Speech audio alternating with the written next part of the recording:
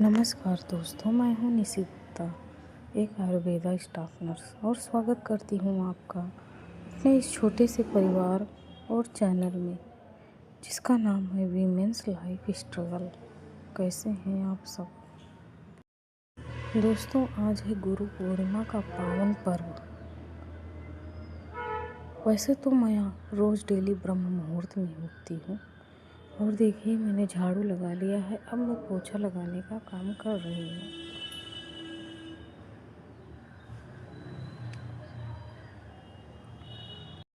तो प्रत्येक महिला को ब्रह्म मुहूर्त में उठकर ही अपने घर में झाड़ू और पोछा लगा लेना चाहिए, क्योंकि इससे घर की आधी गरीबी स्वतः ही दूर हो जाती है। ब्रह्म मुहूर्त में झाड़ू पोछा लगाने से जब सूर्योदय होता है तो हमारे घर में सूर्य की सकारात्मक किरणों के साथ माता लक्ष्मी का आशीर्वाद भी प्राप्त होता है दोस्तों।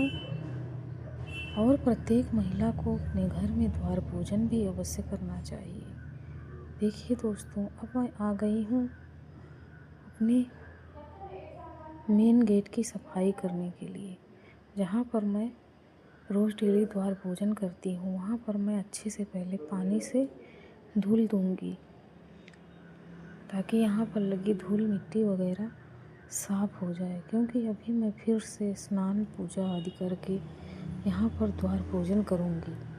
दोस्तों, द्वार पूजन माता लक्ष्मी को आमंत्रित करता है और माता लक्ष्मी ऐसे घरों में निश्चित ही प्रवेश करती है जहाँ पर द्वार पूजन रोज़ डेली पूजा होता है और दरवाजे पर सुबह ब्रह्म मुहूर्त में जल का छिड़काव किया जाता है। दोस्तों, आज पूर्णिमा तिथि है, इसीलिए मैं दरवाजे को भी अच्छे से साफ कर रही हूँ और चौखट को भी। मैं यहाँ पर स्वास्तिक का चिन्ह अंकित करूँगी और जल वगैरह आसपास चारों तरफ छिड़क दे रही हूँ। दोस्तों, कहते हैं इससे हमारे पूर्वज प्रसन्न होते हैं और ईश्वर का भी आशीर्वाद हमें प्राप्त होता है। ब्रह्म मुहूर्त में माता लक्ष्मी गरुड़ पर भगवान विष्णु के साथ पृथ्वी की सैर करने आती हैं और वह ऐसे घरों को देख करके प्रसन्न होती हैं जहाँ पर ब्रह्म मुहूर्त में द्वार खोल दिए जाते हैं और द्वार पूजन के साथ जल का छिड़काव भी किया जाता है। देखिए दोस्तों, ब्रह्म मुहूर्त का टाइम है और कितना अंधेरा छाया हुआ है। बच्चे जिनको मॉर्निंग वॉक करना है या फिर जो नौकरी के लिए प्रशासनिक सेवा में या फिर पुलिस सेवा में जाना चाहते हैं, ऐसे बच्चे सड़क पर दौड़ लगा रहे हैं। अब मैं आ गई हूँ अपने किचन में। मैं रात में ही किचन साफ़ करके सोती हूँ, लेकिन सुबह एक बार कपड़े से ज़रूर इसे पोंछ देती हूँ, क्योंकि धूल मिट्टी वगैरह साफ़ हो जाए या फिर गर्मी के मौसम में कीड़े वगैरह आ जाते हैं, वे भी साफ़ हो जाए। दोस्तों, आप कितने बजे उठते हैं ये बताइएगा ज़रूर। देखिए, अब मैं आ गई हूँ, पोछे वाले पानी को फेंक दूँगी और पोछे को अच्छे से धुल लूँगी। दोस्तों, मैं फिनाइल डाल करके पोछा लगाती हूँ।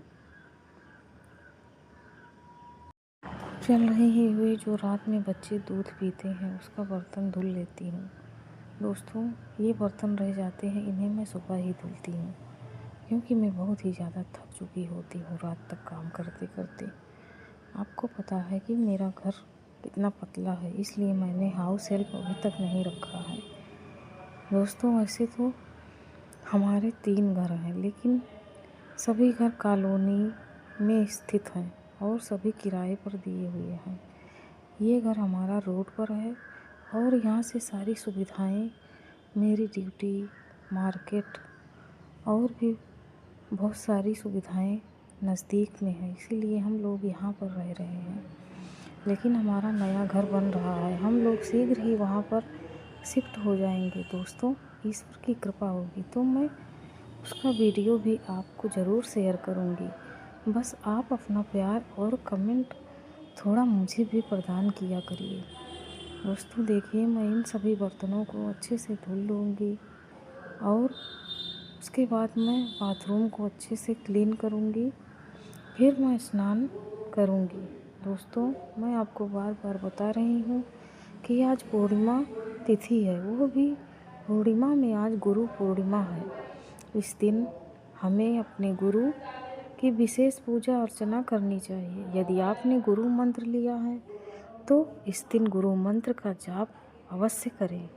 लेकिन अगर आपने गुरु मंत्र नहीं लिया है तो आप भगवान शिव को अपना गुरु मान करके उनकी विशेष पूजा अर्चना ज़रूर करें। देखिए दोस्तों, मैंने कटोरी में गंगा जल निकाला हुआ है। अब मैं इसे अपने नहाने के पानी में डालूँगी और इसी से स्नान करूँगी। मैंने ब्रश और नित्य क्रिया कर ली है। दोस्तों, अब चल रही हूँ मैं स्नान करने के लिए।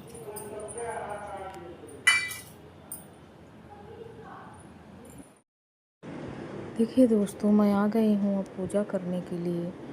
आज गुरु पूर्णिमा की तिथि है और बुधवार है। कल बृहस्पतिवार पड़ जाएगा, इसलिए मैं आज मंदिर की डीप क्लीनिंग कर रही हूँ। यहाँ पर मैं सभी मूर्तियों और चित्रों को अच्छे से साफ कर दूँगी और इसके बाद ये बिछा हुआ कपड़ा भी मैं बदल दूँगी। दोस्तों, हमें अपने मंदिर को साफ और स्वच्छ रखना चाहिए, क्योंकि मंदिर स्वच्छ रहेगा तो हमारे मन में शांति होगी। ये देखिए, ये लोग भी उठ गए हैं सो कर के। आज इनका एग्ज़ाम है तो ये पढ़ाई कर रहे हैं। अब मैं चलती हूँ पूजा करने। यहाँ पर मैंने दीप प्रज्वलित करके उसका पूजन कर लिया है और मैं इसी प्रकार से रोज़ पूजा करती हूँ। मैं अपने पूजा का नियम कभी नहीं बदलती हूँ। दोस्तों, मैं पूजा में पंचदेव अर्चना करती हूँ और यहाँ पर मैं अभी सभी चित्रों पर और मूर्तियों पर तिलक अर्पित कर रही हूँ। दोस्तों, पूजा करने से हमें मन को शांति मिलती है। और अब मैं श्री रामचरितमानस का पाठ करूँगी, क्योंकि यह भी मैं कई वर्षों से कर रही हूँ। मुझे श्री रामचरितमानस का पाठ करने से अपने जीवन में आ रही कठिनाइयों से लड़ने की सामर्थ्य मिलती है और प्रभु के इन चौपाइयों से, प्रभु के इन दोहों से मुझे जीवन में मार्गदर्शन मिलता है। क्योंकि ये सिर्फ शब्द नहीं, ये हमारे जीवन को आगे बढ़ाने के लिए प्रेरणा के स्रोत हैं। बस हमें इन्हें समझने की आवश्यकता है, इन्हें महसूस करने की आवश्यकता है। पुरुषन किए दुराव सियापति रामचंद्र की जय, पवन सुत हनुमान की जय। दीन दयालु बिरत संभारी, हरौ नाथ मम संकट भार। अस विचार प्रगटौ निज मोहु, करौ नाथ करि जन पर छोह। राम नाम करय अमित प्रभावा, संत पुराण उपनिषद गा। संतत जपत शंभु अविनाशी, शिव भगवान ज्ञान गुण राशि। आकर चारि जीव जग अहि काशी, मरत परम पद लहहि सं। श्री रामचरितमानस के पाठ करने के पश्चात मैं प्रभु के मंत्रों का जाप भी करती हूँ, क्योंकि यह भी मेरे बचपन का नियम है। पहले मैं ऐसे ही गिन करके चने की सहायता से या फिर मिश्री की सहायता से 108 मंत्रों का जाप करती थी। लेकिन अब प्रभु के आशीर्वाद से मुझे इस दिव्य माला की प्राप्ति हुई है, जिससे मैं रोज़ प्रभु के नामों का जाप करती हूँ। यह मुझे सुबह से लेकर संध्या काल तक प्रतिदिन ऊर्जावान बनाए रखता है और मुझे जीवन में प्रभु का आशीर्वाद प्रदान करता है। अब मैं आरती करने जा रही हूँ। दोस्तों, हमें पूजा के बाद आरती अवश्य करनी चाहिए, क्योंकि इससे हमारी पूजा पूर्ण होती है। और आप अपने इष्ट की आरती कर सकते हैं। इसके बाद मैं 2 बूंद जल अर्पित करूँगी। कहते हैं कि 2 बूंद जल अवश्य आचमन करना चाहिए और इसे अपने आँखों पर ज़रूर लगाना चाहिए। देखिए दोस्तों, मेरा पूजा हो चुका है और यहाँ पर मैंने द्वार पूजन के लिए हल्दी कुमकुम रखा हुआ है।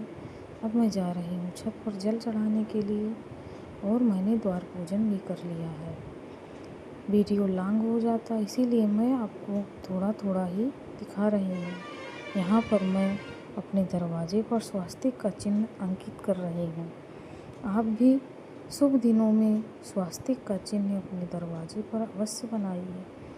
दोस्तों, स्वास्तिक बनाने का भी एक नियम है, वह मैं आपको किसी वीडियो में ज़रूर बताऊंगी। इस प्रकार स्वास्तिक बनाने से हमारे घर में मंगल होता है और हमारे घर की, हमारे परिवार की, हमारे संतान की रक्षा करते हैं प्रभु। दोस्तों देखिए, मैंने अपने घर पर हल्दी और चंदन से स्वास्तिक का चिन्ह बनाया है और इस पर मैं 2 अक्षत की बूंदे अर्पण कर रही हूँ और मैंने यहाँ पर पुष्प भी अर्पित कर दिया है। दोस्तों, आप चाहें तो शुभ और लाभ भी लिख सकते हैं, क्योंकि इससे हमें माता लक्ष्मी का आशीर्वाद प्राप्त होता है। दोस्तों, आज मैं बना रही हूँ भिंडी की सब्जी और रोटी, जो मैं बच्चों को लंच में भी दे दूँगी। और क्योंकि आज उनका एग्ज़ाम है इसीलिए वे अभी पढ़ाई कर रहे हैं। मैं इधर किचन में खाना बना रही हूँ। मेरे हस्बैंड ने उनको नहला दिया है और वे उनको यूनिफॉर्म पहना रहे हैं। दोस्तों, बड़ा वाला तो खुद ही पहन लेता है, लेकिन छोटे वाले को भी पहनाना पड़ता है। वो साहब पैंट गलत तरीके से पहन लेते हैं और फिर रोते हैं कि पापा देखो मेरा कैसे हो गया है। इसीलिए मेरे हस्बैंड ही उनको सुबह तैयार करते हैं, क्योंकि मुझे भी ड्यूटी जाना होता है। इसीलिए मैं इधर खाना भी बना रही हूँ।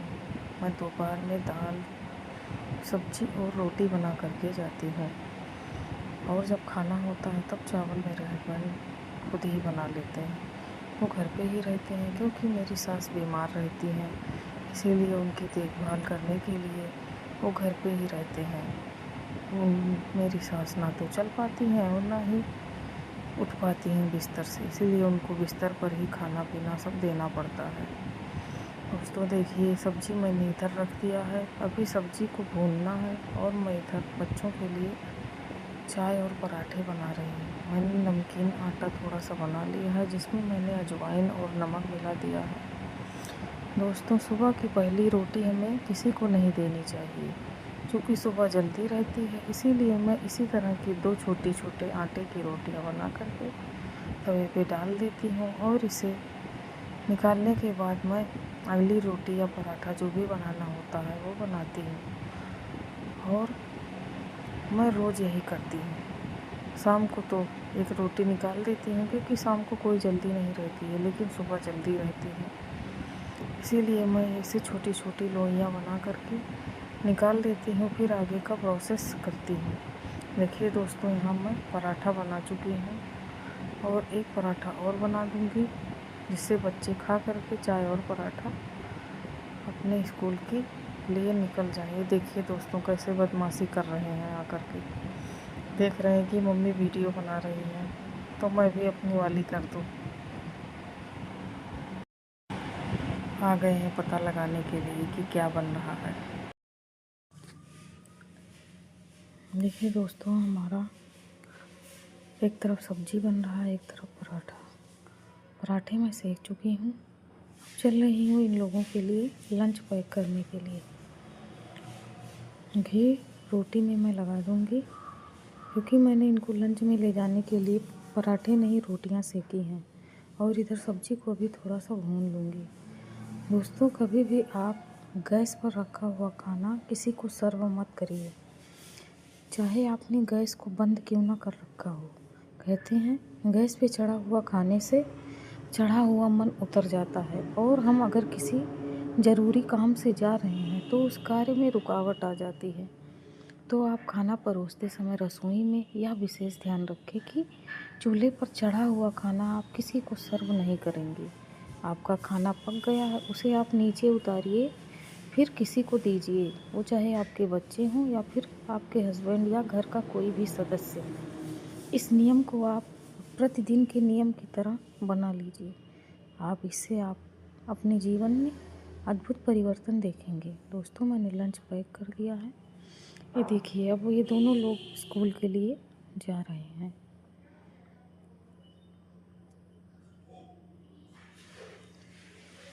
अब मैं फिर से आ गई हूँ किचन में। इस सब्ज़ी को मैं खाली कर दूँगी ताकि कढ़ाई ठंडी हो जाए जब मैं इसे धुलूँ। उधर मैंने दाल रखा हुआ है पकने के लिए, और अब मैं चल रही हूँ अपने हस्बैंड के लिए चाय बनाने के लिए। मैंने गैस ऑन कर दिया है। अब मैं उनके लिए चाय बना रही हूँ और एक पराठा उनके लिए भी सेक दूँगी जो वो चाय से गर्मा गर्म खा लेंगे। घी ख़त्म हो गया था कटोरी में, वो भी मैं निकाल ले रही हूँ। दोस्तों, मैं घी को घर पर ही तैयार करती हूँ, अपने घर पर ही निकाले गए मलाई से। मलाई से पहले मैं मक्खन बनाती हूँ, उसके बाद उसको पका करके घी निकालती हूँ। अगर आप कहिएगा तो मैं उसकी एक ऐसी विधि आपसे शेयर करूँगी जिससे बिना समय गंवाए बहुत जल्दी ही आप। अब मैं रोटियों में घी लगा दे रही हूँ क्योंकि सब लोग खाना दोपहर में खाएंगे, रोटियां टाइट हो जाती हैं, इसीलिए मैं इन रोटियों में घी लगा कर रखती हूँ ताकि रोटियां सॉफ्ट रहे। दोस्तों, दाल को मैंने खाली कर दिया है। अब मैं बाकी सारे बर्तन जो निकले हुए हैं उन्हें धुल लूँगी। यहाँ पर मैं दूध का बर्तन भी खाली कर दे रही हूँ। दोस्तों, देखिए, मैं ऐसे ही मलाई इकट्ठा करके रखती हूँ एक डिब्बे में और फिर उनसे घी निकालती हूँ। अब मैंने खाना खाली कर दिया है सब, और मैं जो भी बर्तन निकले हुए हैं इस टाइम, वो सारे बर्तनों को मैं धुल दूँगी। और मैं ये छोटे मोटे बर्तन धुल के जाती हूँ क्योंकि दोपहर में अगर ये बर्तन धुले नहीं रहते तो काफ़ी सारे बर्तन इकट्ठे हो जाते हैं, इसीलिए मैं छोटा मोटा काम करके जाती हूँ। जैसे थोड़े बहुत कपड़े धुल लिए और जो बाकी ढेर सारे कपड़े निकलते हैं उन्हें मशीन में ही धुला जाता है। दोस्तों, केवल बच्चों का यूनिफॉर्म मैं हाथों से ही धुलती हूँ क्योंकि वे बहुत ज़्यादा गंदा किए रहते हैं और मशीन में साफ़ नहीं होते हैं अच्छे से, इसीलिए मैं उन्हें हाथों से धुलती हूँ। यहाँ पर अब मैं अपना लंच पैक कर ले रही हूँ।